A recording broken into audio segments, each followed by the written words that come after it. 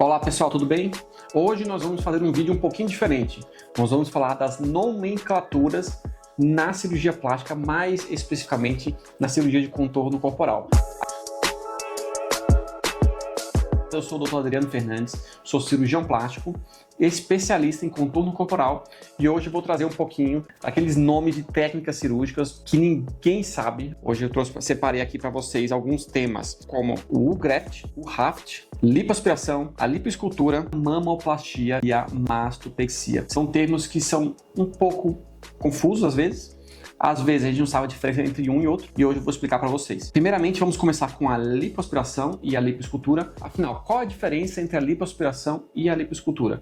Pessoal, a lipoaspiração nada mais é do que a retirada da gordura do corpo. Então, aquela paciente que tem gorduras localizadas, que tem algumas gorduras que incomodam e queria ter aquele contorno mais bonito, a gente realiza uma lipoescultura. Quando a gente pega parte dessa gordura que a gente tirou e vai colocar de volta em algum lugar, geralmente nos glúteos ou outras regiões, aí a gente usa o termo lipoescultura, porque a gente está esculpindo o corpo da paciente, está devolvendo a gordura e transformando aquele contorno, deixando mais harmônico, mais bonito e bem legal. Os pacientes adoram. Então, a lipoaspiração é só quando a gente retira a gordura e a lipoescultura a gente retirou, mas vai devolver em algum lugar que ela queira. Fora a lipoescultura, nós também podemos falar lipo HD. Nesse caso, é uma lipoescultura, porém, a gente vai usar a técnica HD. Essa técnica HD, basicamente, é o desenho dos contornos dos músculos, principalmente no abdômen da paciente, mas pode ser usado em outras regiões, como braço, peitoral, costas. Esse contorno dá um ar de naturalidade, porque a lipoescultura tradicional ou lipoaspiração tradicional não deixa esse ar de naturalidade, fica um pouco mais artificial. Então, quando a gente realiza uma lipoescultura HD, a gente está realizando a gente faz um trabalho mais artesanal, deixando esse contorno um pouco mais natural, com cara de musculatura, com cara de que a paciente nunca foi operada. Então a gente faz uma lipoescultura, porque a gente tirou gordura e colocou em outras regiões, e HD, porque a gente deixou mais marcadinho, mais bonito, sem ficar artificial, muito pelo contrário, dando um tom de naturalidade. E quando a gente pega um pouquinho dessa gordura e coloca dentro do músculo, aí a gente está associando a técnica o graft. Essa técnica, o graft, é a técnica que a gente pega um pouco da gordura e com auxílio do ultrassom a gente coloca essa gordurinha dentro do músculo. Esse músculo ele fica mais espesso, mais grosso.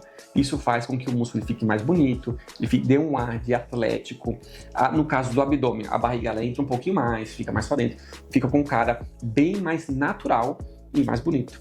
As pacientes gostam muito dessa técnica, lembrando que essa gordura que colocou dentro do músculo com auxílio do ultrassom, nem em cima nem embaixo, é dentro, fazendo com que ele ficasse mais grosso, depois de pouco tempo ela é absorvida. Então ela não fica lá dentro, ela funciona como um estímulo para a hipertrofia do músculo, dando esse aspecto mais bonito do músculo, um pouco mais visível, um pouco mais atlético, sem ficar nada artificial. E é muito legal, gosto muito dessa técnica. E quando a gente faz o enxerto de gordura no músculo, mas durante a abdominoplastia HD, ou o abdômen HD, aí no caso a gente chama de raft. Então, basicamente, a diferença entre o graft e o raft, basicamente que é o graft é na técnica da lipoaspiração, lipoescultura, e o raft é na técnica da abdominoplastia, do abdômen HD. E se tratando de mama, nós temos agora a mastopexia e a mamoplastia. São duas técnicas de mama que geram muita confusão. Na verdade, o que a gente pode dizer sobre elas? A técnica da mastopexia, ela é mais reservada para mamas que elas cederam, têm um excesso de pele, mas elas não têm tanto volume assim. Então, o objetivo teórico da cirurgia seria mais levantar as mamas. A gente não teria uma grande redução do tamanho.